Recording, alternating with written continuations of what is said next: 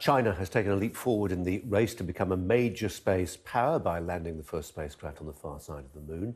This a major technological achievement comes as China plans to create its own manned space station, as well as putting a man on the moon as well. Let's turn to Per Wimmer, who is a high-profile advocate of space exploration in these changing times for space exploration, Per, not least because you've got Space 2.0, private sector, people like Elon Musk getting involved, but now it would appear state actors like China really ramping things up. Yes, that's correct. During the Cold War, you had the US and Russia competing very heavily. Today, China has joined the club of the very exclusive VIP club of countries on planet Earth has actually put probes on the moon. So that includes Russia, the US, and China. China has been there through Chang'e 3 since 2013. So it's actually not the first time the Chinese land a probe on the moon, but it's the first time that humankind ever landed a probe on the dark side of the moon. So this really gives us an opportunity to explore what's going on the other side. Per, one of the features of the space race, if we can call it that, of the last 5 years has been the extent to which it's been marketed. So we think of SpaceX, the red convertible, being blasted into space, listening to David Bowie, all the rest of it.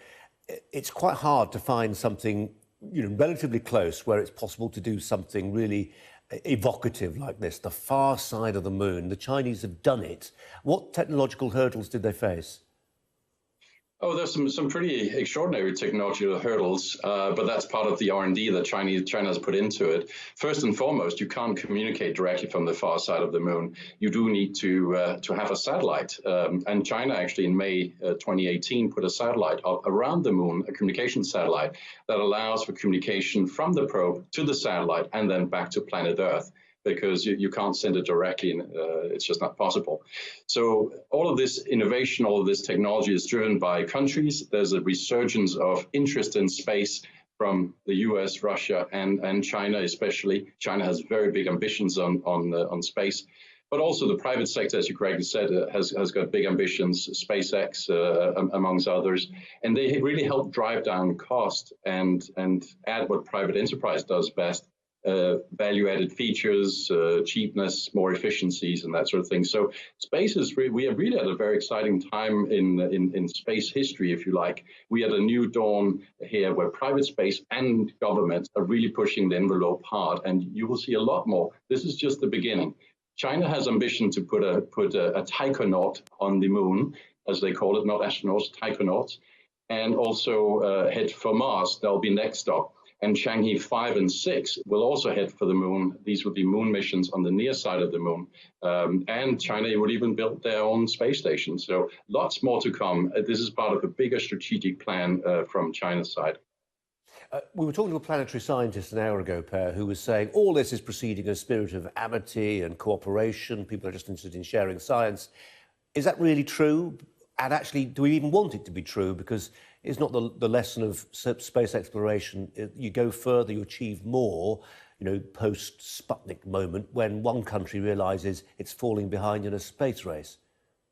It is true that there is, in spite of all the geopolitics issues in the world and the Trump administration versus Russia and Putin and all these sort of things we hear about the media every day, within the scientific community there is an ability and a desire to look beyond boundaries here and to work together. So yes, there is a much greater degree of collaboration, willingness to work together and to see beyond boundaries.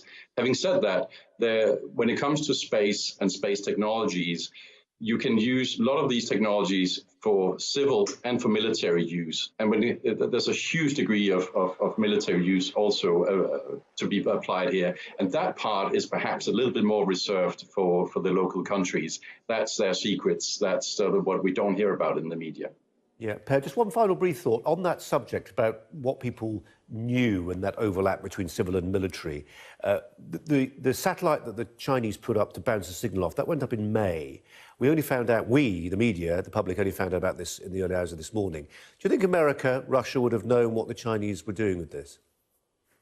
Yes, there's different PR strategies, and China does it their way. So they do the job and then they announce it. Here it is. But there are certain things as part of the long-term plan we do know about. We do know Chang'e 5 will come and Chang'e 6, and we do know about their wider ambitions up there. But there's great validity to some of the stuff they're doing. It was very interesting that they landed on the Atkin belt, where you basically have some of the secrets of the early part of the moon. It's a 13-kilometer deep crater up there where you can learn a lot from what happened in the early days of it, including a lot of the minerals and that sort of thing. So lots more to come, but China does it the way they do it and announce it whenever they're ready. But watch that space. They're definitely heading for space in a big way. Okay. Per Wimmer, thanks very much.